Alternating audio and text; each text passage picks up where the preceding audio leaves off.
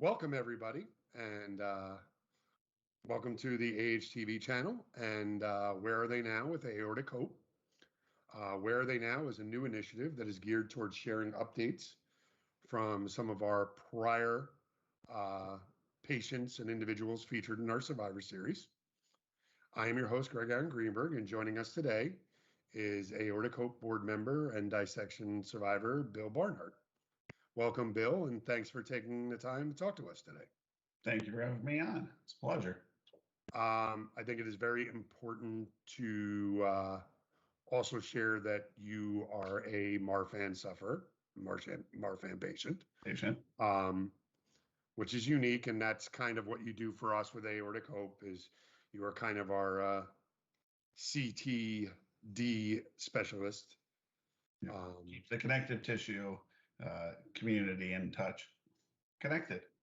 Yes, that's awesome. Keeping the connective tissue community connected. But let's start a little bit about your backstory and like what was your first event and diagnosis like?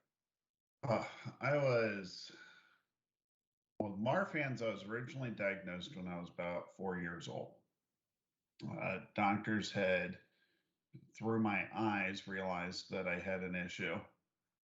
Luckily, the first hospital my parents took me to had a completely wrong diagnosis. We moved to the DC area. Someone looked at my eyes and said the kid can't see because his lenses are out of whack, which is very common in Marfan patients. It's subluxated lenses, and he took one look and said, you need to go talk to a friend of mine at Johns Hopkins who was leading the connective tissue program there in the Genome Project. And he started treating me for Marfan syndrome and watching my aorta, my blood pressure, skeletal issues, which I've been fairly mild with me, but really never thought anything about it over the years. I took my medicine, was on a beta blocker from being a little kid. And then many years later, I was 29 years old. I was at work after middle of a long week. It was actually tax day. A lot of stress. We had my boss's boss had just quit. It was his last day. I was covering for someone else. I'm arguing with a vendor in the place I worked, and it felt like someone hit me in the back with a sledgehammer. And I kind of bucked up, said, I'll be fine. He left. I went, laid down for a couple minutes, kind of catch my breath and figure it had to be stress that was just getting to me. It's you'll get that pit in your stomach because my stomach started to hurt and I hadn't eaten anything all day. Finally, something's not right. So I called an ambulance. They took one look at me and said, you're fine, which is further shows the important work we do and both Aortic Hope and Think Aorta trying to educate people. So they said, you're fine, had me walk to the ambulance because I insisted on going in. And the blood pressure cuff, the automatic blood pressure cuff they tried to use blew off my arm 3 times. So they did it manually, and the poor paramedic that was doing it, I remember the look on her face of all the color draining out. She started writing on her whiteboard real quick and yelling at the driver that they needed lights. So they got me to the hospital, started saying, oh, it's probably a kidney stone based on the back pain. Luckily, they did a quick CAT scan and said, this is over our heads. We need to get them on a helicopter and get them to a stage 1 trauma center. And they did, and that was my first dissection. Now, did you inform them about the fact that you had Marfan syndrome? Yep, and that was the only reason they did the CAT scan. So they ended up sending me to the Inova heart center, cardiac center, where they actually did not operate.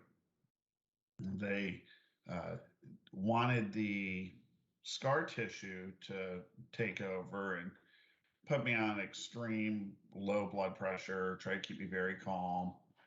And I started doing my CAT scans every 6 months. Year and a half, 2 years later, I went in for a echo one day, regular echo. I go to work, and doctor called me up and said, "Hey, we've talked about some point we're going to have to operate. Wow. We're going to have to operate." That's my other Marfan patient. Yeah, that was good. Grace, yeah, sticking her head in. So at some point we knew we were going to have to operate. I'd like you to go see a cardiac surgeon. Okay, when? Oh, 2:00. We already made your appointment. You're going in for surgery very soon. It was a little bit of a shock, but luckily I was able to put off surgery for about a month and plan it. I luckily did not have to do an emergency surgery, but that was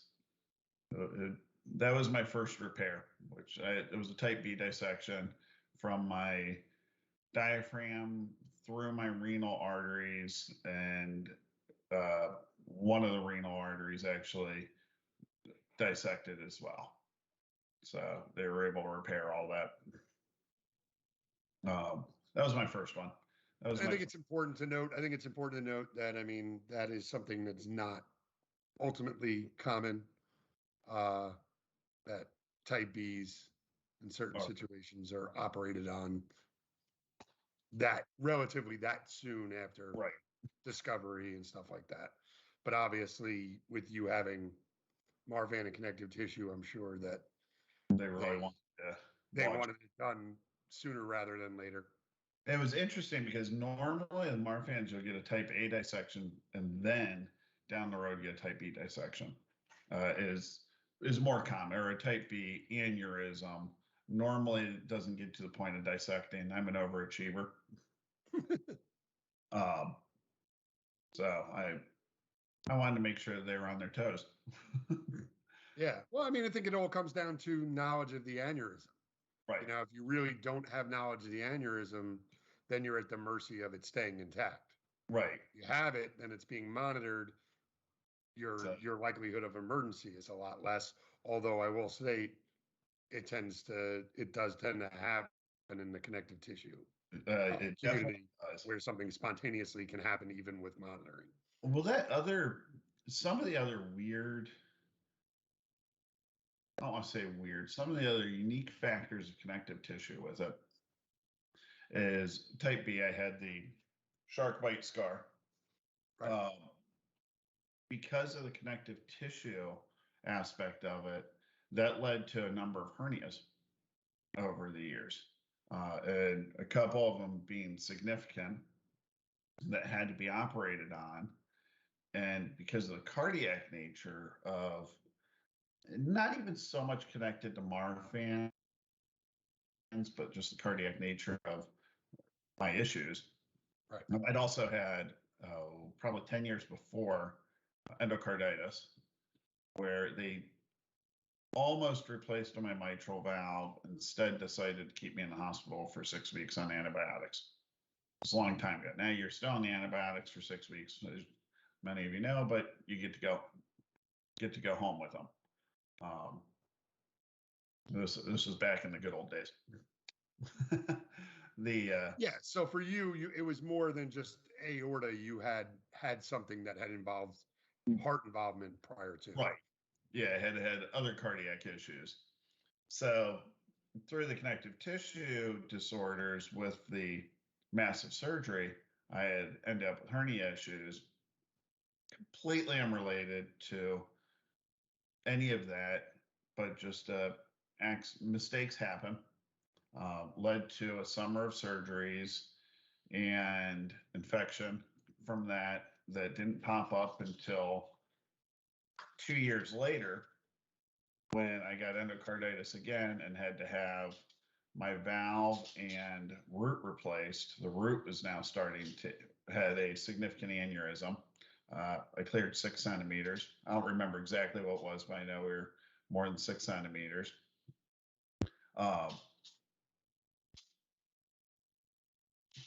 I'd actually had that replaced before. After the aneurysm, after the dissection, before the hernia surgeries. And the second time I had to have my valve and root replaced again because of endocarditis again, Yeah. relating back to the hernia surgeries. 1 year following that, I had another aneurysm below my original one, abdominal down into my iliacs that they repaired. And then on 17 years to the day after my first dissection, and this is unique, but it shows shows how unpredictable the aorta can be. I had actually left the hospital having just had a CAT scan a couple hours before.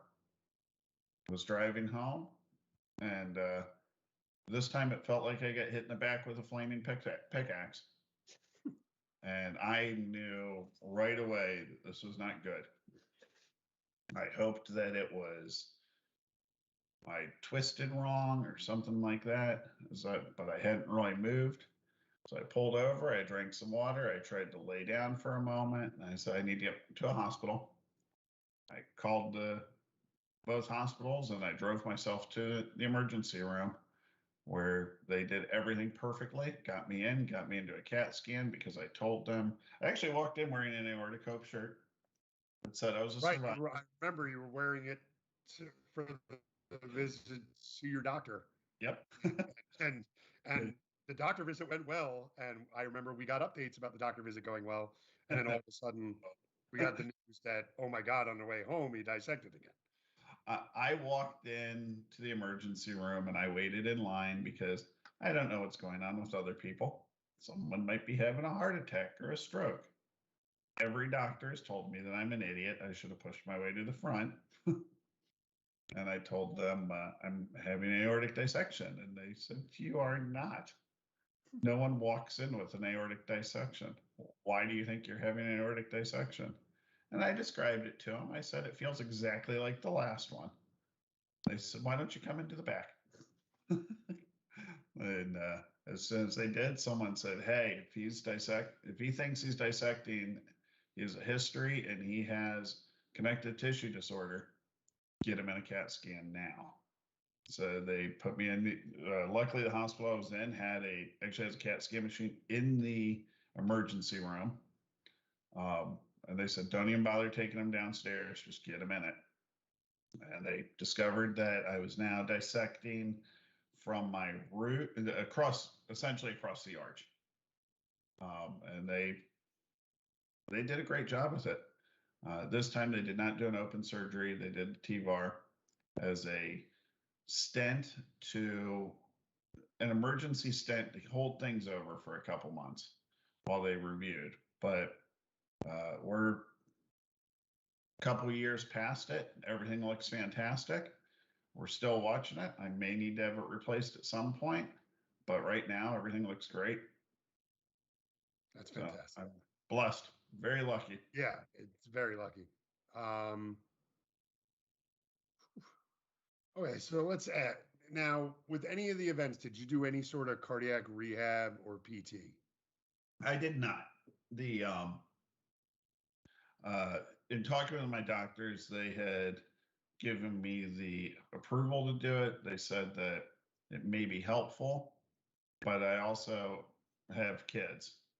So the chasing around of little kids, they said was probably more activity than I would get from PT and cardiac rehab.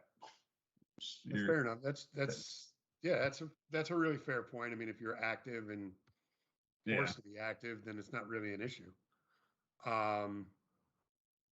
Did you have any experiences with PTSD?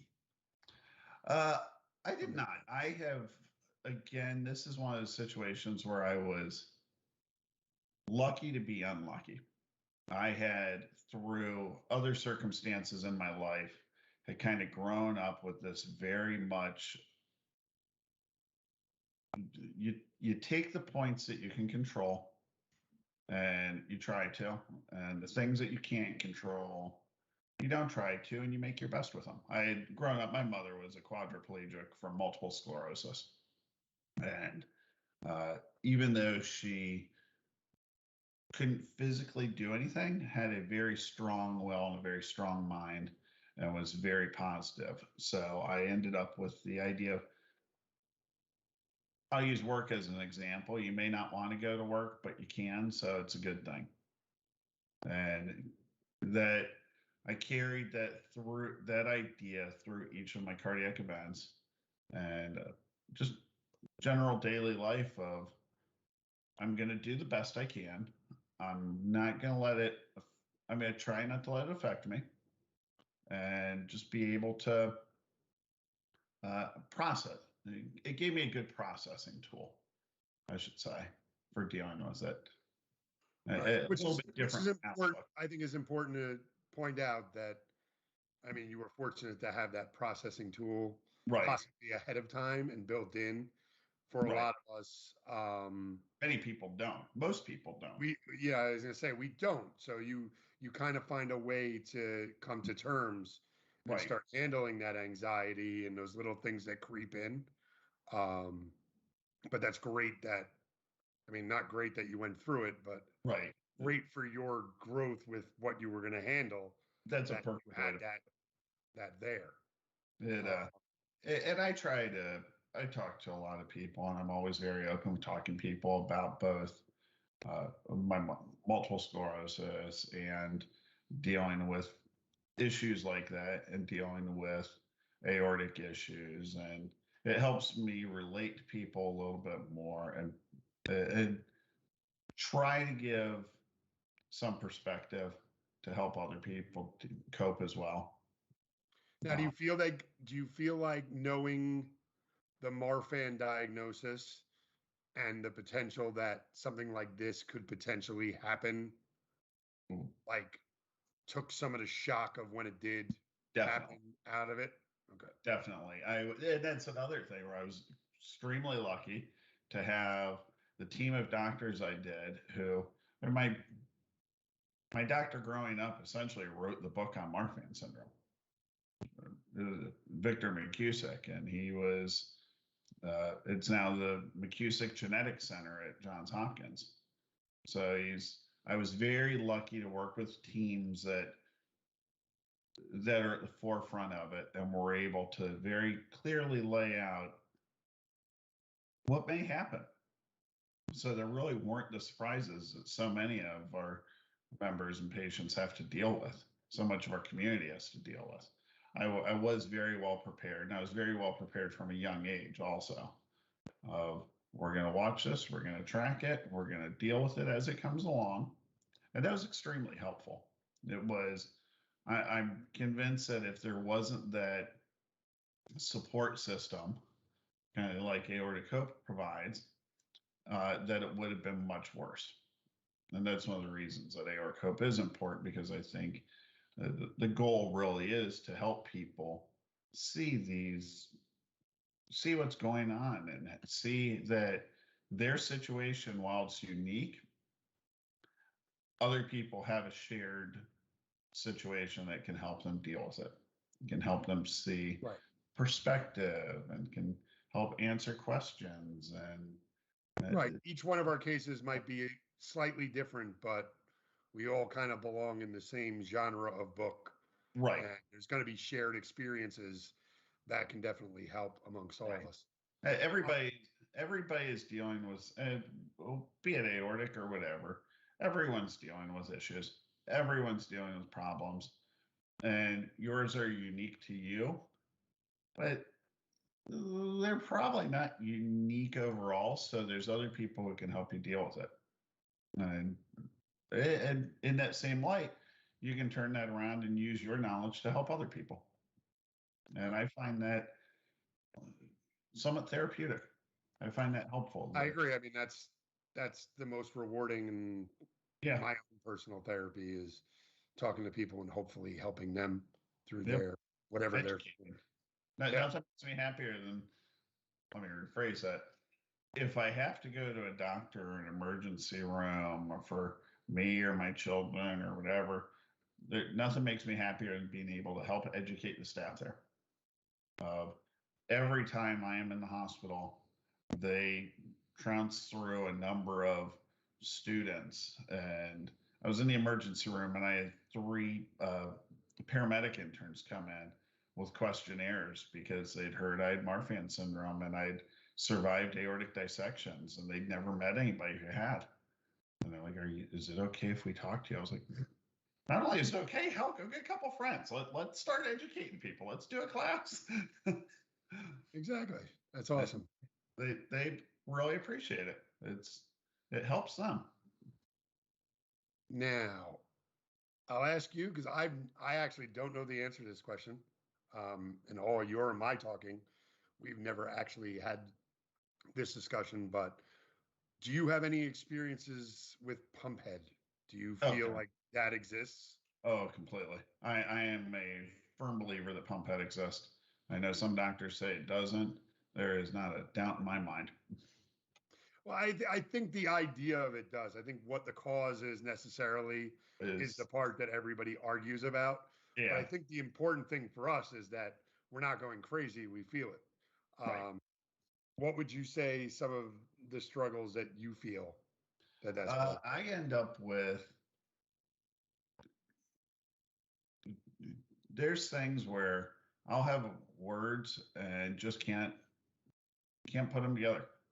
Or, and maybe this is I'm getting older, but just completely forget things. Of going to a room and I was like, what am I doing here? What was I? And it's just gone.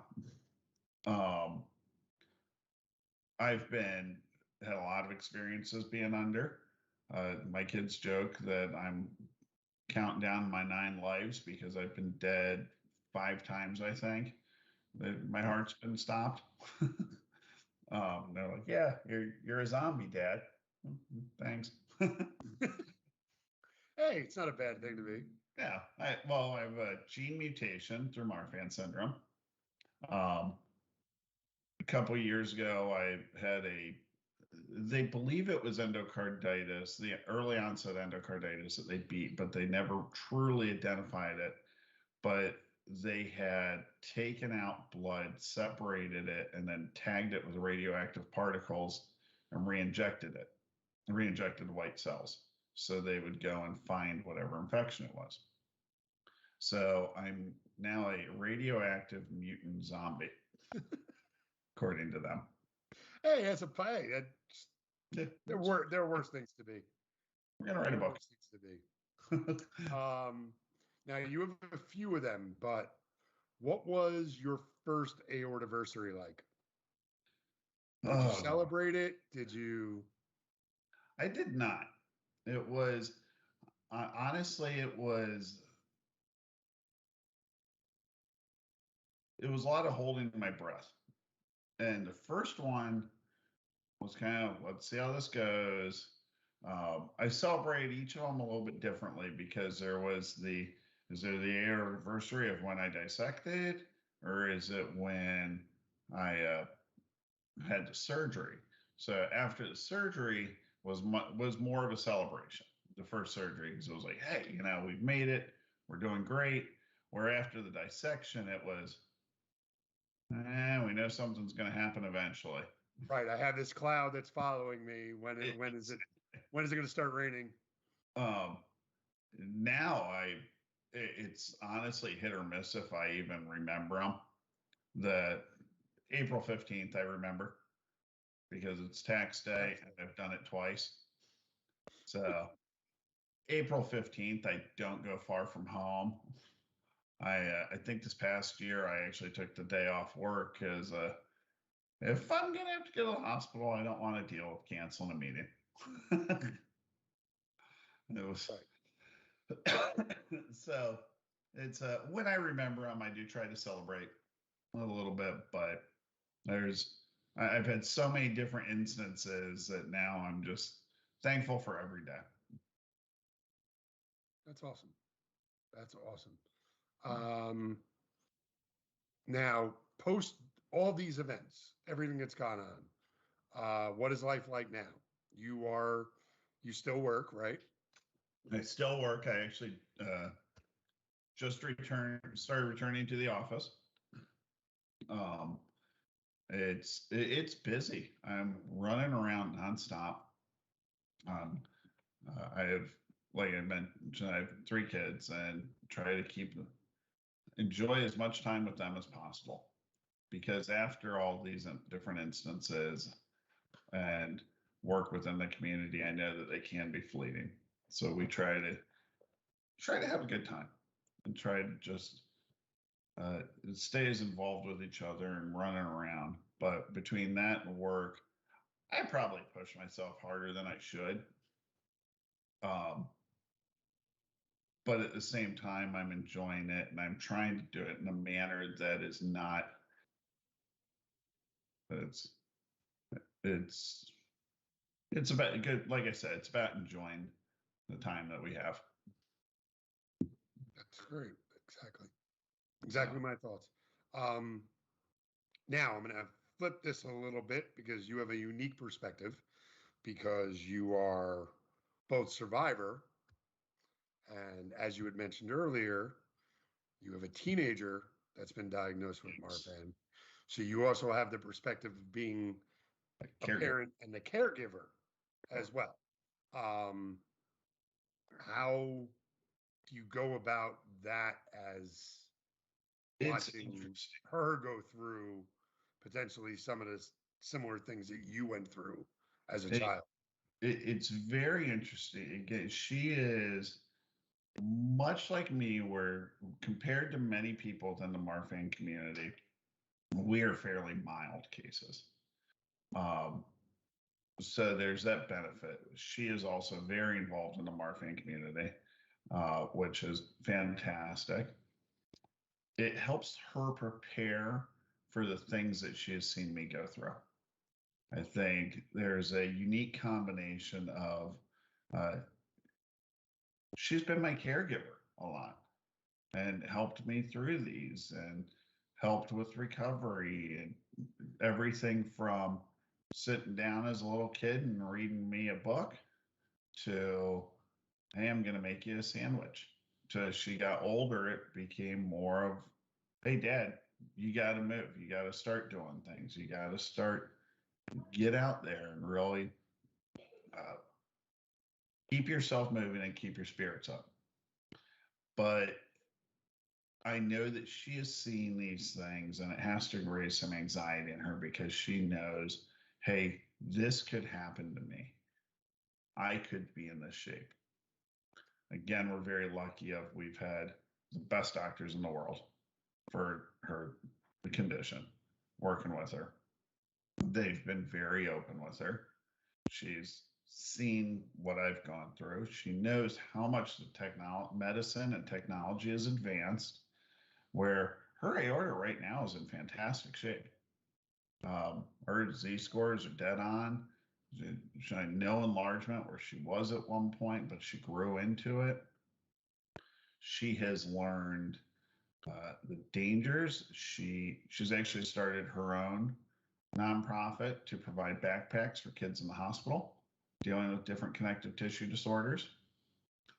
And that has really made, again, like we talked about, it's therapeutic to help people. It's been a huge help for her because she sees not only are these people who are in significantly worse shape, but she knows how to emphasize with empathize with them, Empathize, yeah. empathize, and and and help them keep a positive outlook, and that helps her in turn. She knows that she's doing something good for them and good for the community, and it keeps her spirits up. Now, what is the name of her nonprofit? She is Marfan Friends. Marfan Friends. Okay. Yep. And is there a website? There is marfanfriends.org, if I remember correctly. Marfan, or okay. Hopefully, we will add that to this to the link here so that people can click on that below and check it out because it is an awesome little Yeah. thing that she's doing as well. She Uh, came to us when she was about 13 and said, I have a plan. And we're like, hey, you're 13. We've heard this 100 times. And she put together a SWOT analysis, and we actually said, do a SWOT. She goes, what's that? You figure it out. And she did. It's like, wow. Now, did you choose to have her tested, or did you start to No, see symptoms that started to raise flags? it was honestly the exact same thing that happened with me, where she was a little bit older, but she would start pointing at things and she'd be like, look at that. And we thought she was just being silly because she kind of looked at the corner of her eye.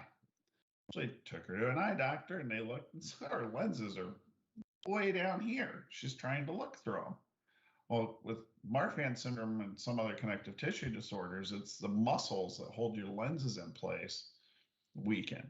So the lens in your eye literally floats and it will float off of center. Excuse me. And that was the first sign. So as soon as that came up, we knew what it was. It's this is not something that just normally happens. Since there was already a family history of connective tissue disorder. At that point, we said, okay, let's pull some blood. And it was a dead match of the same gene mutation that I have. So they were able to right away say, here's how we're going to start treating her aorta. Here's what we're looking for. Here's what we're going to do. And as she has other medical issues that have popped up, it's always the forefront of it is she's a Marfan patient.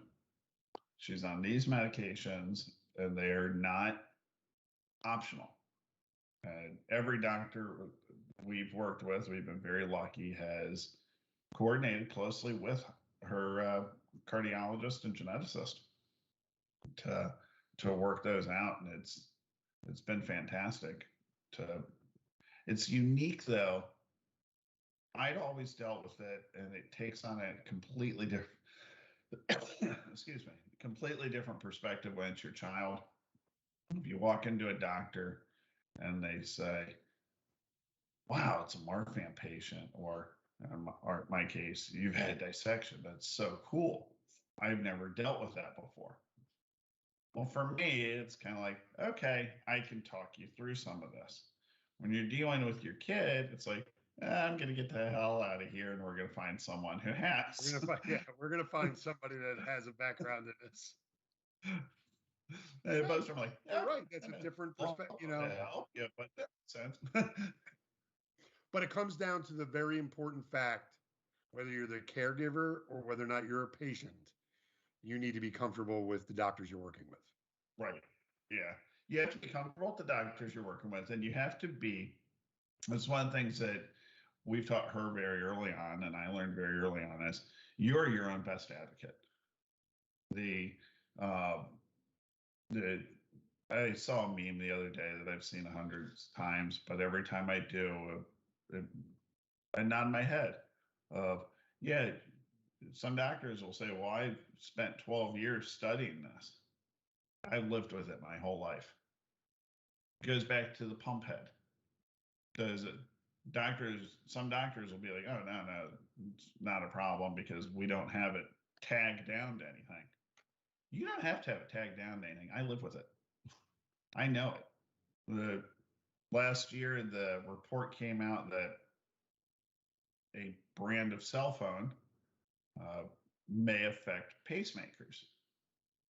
And it was a big news report. My cardiologist called me and told me, I was like, I've been telling you for years that this does. I'm like, well, it's not supposed to. I'm like, it doesn't matter what you say. I know when I put my phone in my breast pocket, my heart rate changes. There's no question about it. Really? Like, yes, I've told you this. I live with it. Exactly. Right. I mean, granted, I could be the only person or one of few cases that feels it, but it happens to me. It exists. Yeah, it exists. It's not, we're not all perfectly shaped in a nice little gift package story for them, but yeah. To the point, I've done it with a heart rate monitor on. Show them, they're like, huh, what do you know? Yeah. Whoops. What do you know? It does. Maybe that's something I should tell my patients about. But you bring up a point with that. We have our one life. We have our case. We are one of many patients of theirs. Correct. Yep. And it's not taking a shot at the doctor or anything like that, but you might be, realistically, for people that are watching, you might be the only dissection patient that your cardiologist is regularly seeing in your area. So there are aspects of getting your own information, potentially running it through a doctor, seeing what they say about it. Like you said, being your own best advocate. You're completely right. It is nothing against the doctors, because the doctors are absolutely fantastic. The medical teams that I've had the pleasure of working with or have worked on me are all ones who have taken that next step of, if there's something I don't understand, and frankly, Bill, with your cases, I shouldn't be here. There's no question. And they're like, we're going to learn and we're going to work and we're going to work with you. And it's fantastic because it's not only helping me, but it's helping them. It helps them with future And it's patients. helping the next Marfan patient that suddenly presents similar to you, where everybody would have been like, eh. And now they're like, oh, wait, we had a patient like this. We've seen this. Yes, we have seen this. And it's outstanding of them. I'm really lucky to have, and I think most doctors are like that, where they crave the knowledge. That's why they're doing what they do. They crave the knowledge and they crave being able to help people. So it's they love it. That's amazing. If you can go back in time and give yourself one piece of advice when you were first recovering from your dissection, what would it be? Actually, I'd go back to before my dissection. The one piece of advice I'd give is stay away from energy drinks. You will not hear an argument, obviously, out of me, since we have felt that they contributed to my situation. Weekend before my first dissection, I had been, it was a long weekend, and that was a great way to keep my energy up. And I'm completely convinced that it was a contributing factor. Right. I think mine was over a period of time of punching, but I remember when you and I were talking, you had said that you really had them right before everything that happened, and that there was some thought. So yeah, I think mine might have been over duration and creating a pounding that didn't need to happen. Right. And yours was potentially like an acute situation. But for recovery, and again, I'm in the unique situation of having done this a lot. So really, the second and third times, the fourth and fifth, it really wasn't that bad. It was like, all right, I'm going to get through this. But the first time, that's really the key, is you are going to get through this. It's for the people that haven't had surgery, or watching who haven't had surgery yet but are worried about us. You are going to get through it, most likely, and it's going to suck for a little bit of time. And that first time that less than 24 hours, they're like, get on your feet, and you look at the doctor and you're like, you're insane. What are you talking about? Get up. That first time is rough. Yeah. As someone who's also had multiple, now I can tell, like that first time is it's scary. Yeah, and it's a punch that you were not necessarily ready to take. No. I think once you're in the community, or you've been watching weight for a little bit, like, okay, you're almost prepared for it might happen. Right. It might still feel like a blind side when you get the news of, okay, we're going to go forward with it, but it's not the same blindsided punch that you took that first time. And it's recovery. Recovery takes a long time. I always try to remind myself. But when you look back, it goes much faster than you ever imagined. Right. I I think that's all. I think that's all when you base perspective. Because like right, when I was originally looking like for where I was day by day, I didn't see anything. But when I right, started to look at how I was week 2, week 3 versus the previous week, everything at that point seemed like it was a nice snowball gaining momentum down a hill. As opposed to, I mean, that first time, I mean, obviously I had to stay in the hospital that was long in duration, but very long. that yeah, it's just, that felt like forever. You But you're, gotta, in retrospect, it was horrible in the course of it, but really for everything I went through, I got everything back and was back and going yeah, relatively quickly, even with the first one. yeah. So when you look back on it, it's not quite as bad as when you're thrust in it in the get-go. And it, I think that's an important piece of information to share with people. And I would give that as a piece of advice to the community, is that yeah, looking back, it will not be um it will not feel as long and bad as it felt for you initially. right. It's much worse in the moment than it really turns out to be. And a lot of the little things that bother people, it goes back to talking with your doctors. Ask, be an advocate. I remember about 5 weeks in, feeling great and saying, I can conquer the world.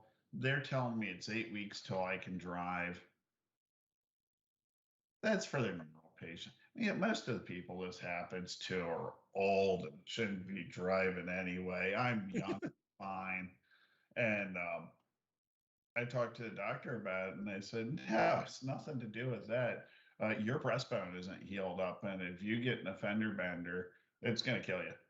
Like your Yeah. airbag can go off and will crush your chest and blow up your heart. And I was like, oh, I didn't think about that. Or what if you get a flat tire? You need to change it. What do you get? Huh. So it was worth asking that question.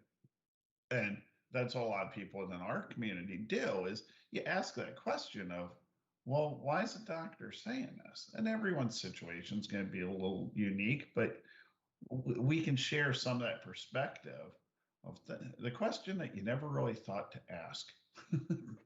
Yeah. No, I mean, you're absolutely correct. There's always going to be someone that has a question that you never thought, which is why we do so much stuff with with like, give us the series of questions you've asked your doctor. And then Right. we try to share it with everybody so that they can see, because there are things, like you said, you never thought of. It's nothing to do with the cardiac part of it, but it's all about, well, how did this affect the rest of my body that they just kind of take for granted of, they tell you, hey, 8 weeks, this is the standard. Well, this is why. Well, I mean, to give you like a quick funny anecdote, I obviously had the challenges with walking, but I was working with physical therapy. So at that point, it was all about me trying to build my upper body up Right. and stuff like that. And I obviously knew at that point the doctor was like telling us stuff and like, lifting restrictions that I was going to have when I got out of the hospital. And they gave me little weights and stuff like that. But originally, like with my therapist came in and I was like, oh, I've been doing dips in my chair when they moved me over to the chair. And I saw all the blood like drain from his face. And he's like, no. And I'm like, I don't understand why. And he goes, you're lifting your body weight.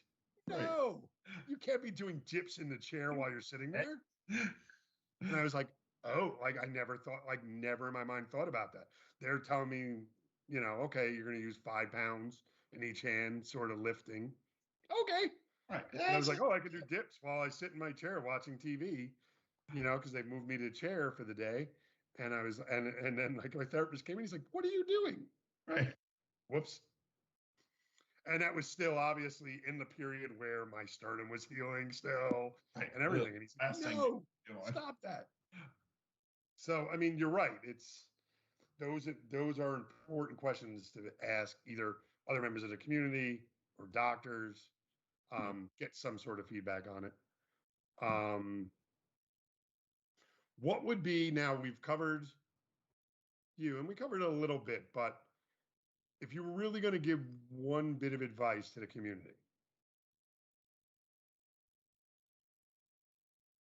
is it really be your best? Like, be your best. I think it really is that you're your best advocate. You're doing this for you, and you're doing it for your loved ones, the people around you, and it's worth taking the time to know what you're dealing with and make sure that the doctors who are working on you understand your concerns. They want to help, and they may not know it, but you have to feel free to speak up.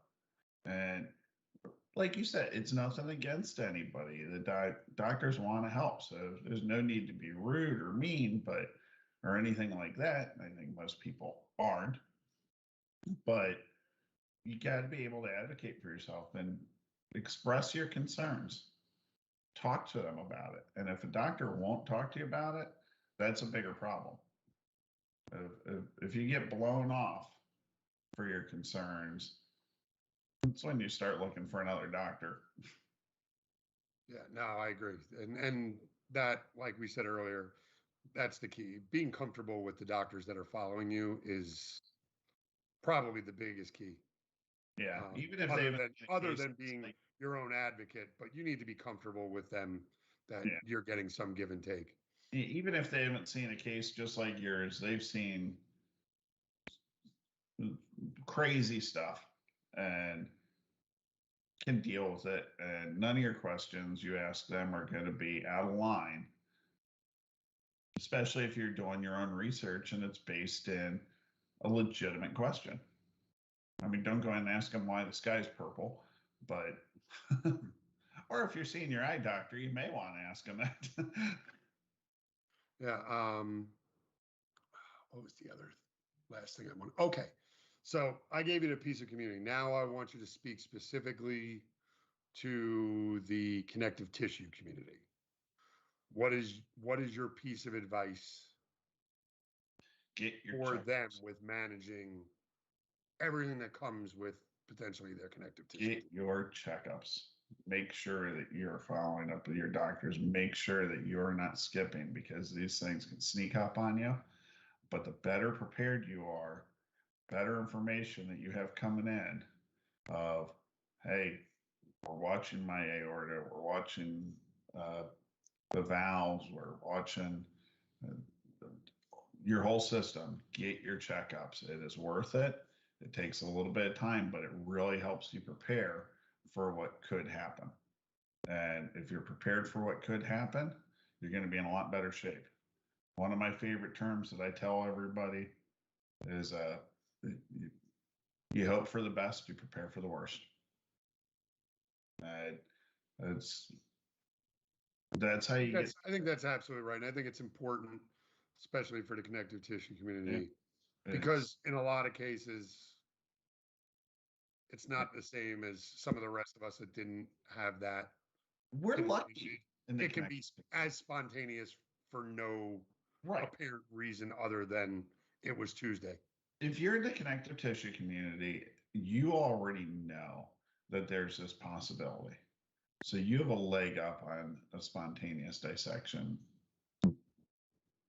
for many other people that don't. You have the ability to prepare yourself a little bit. You have the ability to start getting some knowledge on it and start looking at it. And as I've shown, it can still be spontaneous. I mean, one right after my CAT scan, every doctor looked at it from multiple hospitals and looked at the CAT scan after the fact and said there was nothing there to indicate a dissection coming.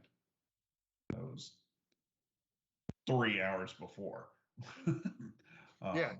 Seemingly clean bill, like woohoo, everything looks good. And then no, everything apparently wasn't. But I think that's Yeah, I think that's an important, you know, that Still, it can be spontaneous, and but it's also important to point out that can be difficult for a lot of people right. to have the knowledge that that has the potential. Yeah. That can be very anxiety creating. Having that, Um, it, there is that, there is definitely that you can be referred to as a, this is coming down the road, you know, and you do want to be able to have the right resources and the right support to help you deal with that. right, and That's there's the a other thing percentage. Oh, a go ahead. lot of people miss, overall, and in our community. I think those who are involved in aortichope uh, do use this as a type, but getting therapy, you know, being able to deal with these issues is, too many people look at the physical health behind it and ignore their mental health. And you need to look at your mental health the exact same way. If you're having a cardiac issue, a heart issue, you're going to go to a cardiologist. You're having a lung issue, you're going to a pulmonologist. Um, you need to take care of your mental health as well with it, because that will pay dividends back in your aortic health and the rest of your health. It keeps it helps you process, and that relieves some of the stress, that keeps your blood pressure low and keeps from that. You Right, I think mentioned that's the pounding, important thing. Anxiety and stress in our community is not our friend. right? So if Yeah, you can find a way to work through that with a whatever therapist you or can manage, whatever, help manage that. yeah, whatever you may do, whether it be AMDR, or, you know, it could be meditation, it could be anything it is, anything and everything, whatever Yeah, works for you to reduce. meditation and yoga are Yeah, fantastic. They strengthen your mind. I Full disclosure, I do not do yoga. I should. But I do know that strengthens both your mind and your body. And it's worth it. So that's a one big piece of advice is, while you're concentrating on your physical health and those issues, do not ignore your mental health. It's, you said perfectly, anxiety is not our friend. It's completely counteractive to aortic health. now for the subset community within the connective tissue community already, maybe somebody that had a dissection, then got genetic testing, And found out. then found out they had the genetic predisposition to it. Do you have any advice for how? Because you see a very different, I don't see the same, I see a It's lot more fear than I say when I talk to you and you were managing for years of what Yeah, could happen. you're exactly right. Is people, I communicated with somebody actually earlier today who just found out in their 40s that they have a connective tissue disorder, and everyone's mind automatically goes to the worst case scenario. Of, oh my God, this my life's over. And they have the technology and medical advancements have gotten so strong that there's people we deal with at the Marfan conferences and connective tissue conferences who are well into their 80s, 70s, and 80s, and you are still going to can still live a complete and full and wonderful life by using that knowledge that you've now gained to help manage, to be able to look and say, okay, I have some changes, I have some limitations, but they're not, they don't have to be huge limitations. It's keep your exercise level, your activity level to a modest pace, but still get out there and be active in your community, be active in life. Probably shouldn't be playing football. You rugby, I'd go against. You probably shouldn't be out climbing mountains, but going on hikes and still having a great, you can live your life and live a wonderful life. Don't let it scare you. And if it does, reach out to members within the community, myself included, and work with your doctor and your mental health professionals and whatever your support group is to get that support. Again, be your own advocate. Help set that expectation with your friends and your family of, this is my new reality. I'm going to be dealing with it. I hope that you're along for the ride. I like that you said new reality because I hate the term new normal. Yeah, But it's not a new normal. there's nothing normal about what it is, No. but it is a new reality. Yep. Yeah, there's no normal. And anybody who thinks they're normal is wrong. We're all unique. We're all a little different, but we all have our own realities to deal with. And it's not, I was explaining, I was actually talking to someone today who deals with a lot of anxiety and had mentioned, I just don't deal with this well. I'm always afraid I'm going to screw something up. This is in dealing with kids mainly. And I said, well, you are. We all are. We do. That's what we do. No matter what you do, you're going to make the wrong choice at some point, but you're going to deal with it. And it's not whether you make the wrong choice, it's what you do next. I think if they're musicians, I think the old phrase was, it doesn't matter if you play a wrong note, it matters what the next note you play is. And how do you turn that in, take that mistake and turn it into music? How do you, if you listen to, I love classic rock. Listen, Jimi Hendrix, he played the guitar upside down. Listen to Jimmy Page, where on albums, the music's flawless. He's one of the greatest guitarists of all time. Listen to him in concert, makes mistakes all the time, but turned it into something wonderful by continuing it, by have confidence in your decisions, have confidence in your choice, but also be able to question yourself and critique yourself. Not criticize, but critique and say, well, all right, what can I do a little better? I'm going to mess up. Let me make the best of it. How do we turn that mistake into a positive? That's absolutely great. I think that's an important thing to look about, like with everything. Yeah, it really is. That policy, even if you think about like thinking about it, like when you go for the scan and the anxiety of like a new scan, I've been a proponent of not getting worked up because I can't change what the result of the scan is going to be. Exactly. All I can do is prepare myself for what happens if he comes back and was not happy with the scan. Right. How am I going to deal with this new reality? It doesn't mean that it's always going to be perfect. Right. The doctor might come back with a result that says, "Hey, we're doing surgery," and you're going to there, but at least you're in that mindset of, okay, it's time for surgery. Phrased the question to me this week of, if you could change any event in history, what would it be? And the answer that people are looking for is some large catastrophic event. There's many in history that we can look back on. What I said was the way that I've reacted to different things and treated different people. And they came back right away, oh, you wouldn't change this historical event or this historical event? I said, no, because we learned something from it. They're horrible. In theory, we should. Right, we should. Like, there's horrible points, not just in world history, but in our own histories, in our own lives. And our own lives are made up of a tapestry of these good things and these bad things. And the bad things help you appreciate the good things. And ideally, they help you learn from them and they help you deal with them. They build a stronger tapestry, and they're woven to build your life.